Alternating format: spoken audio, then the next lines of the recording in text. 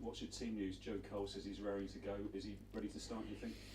He's not ready to start because we haven't seen him on the pitch for many weeks now. I think that while he's got a couple of days to go through with us till the game on Sunday, we hope that he's involved in the squad depending on how the next 2 days training goes. He's back into full training with us, and like I said, the next 2 days will determine on whether he comes into the squad. But I think that starting after such a long period of time out would be, remiss of me to.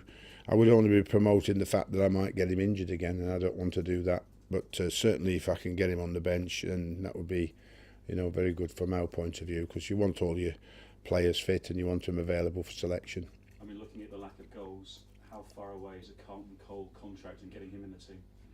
Well, I said last week, Carlton's just joining in training with us, and we have a planned game behind closed doors next week while the international break's on. When he's come through that game, hopefully he's looking fit, he's looking fitter, and hopefully after that game we see that he can make a big contribution to us, and if that's the case, then there is already a contract there available. West Ham haven't won at Spurs in 14 years. When you played there last year, Andy Carroll scored. A lot of fans are wondering, the season may hinge on him getting back into the team. Can you tell us how his rehab's going? I don't think it hinges on Andy getting back in the team.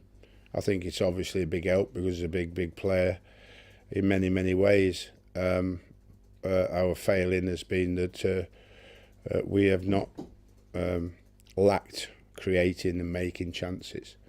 What we have lacked is the ability to score them.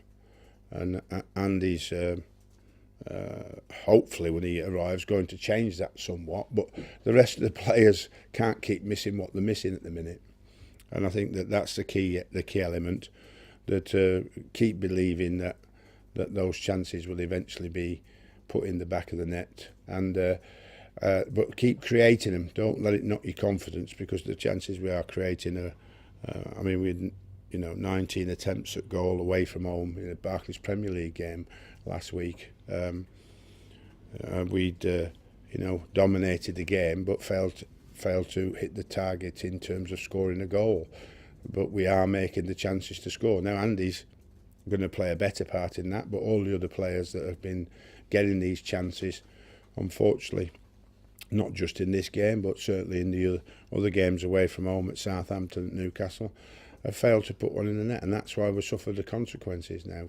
3 games away from home with a magnificent defensive record.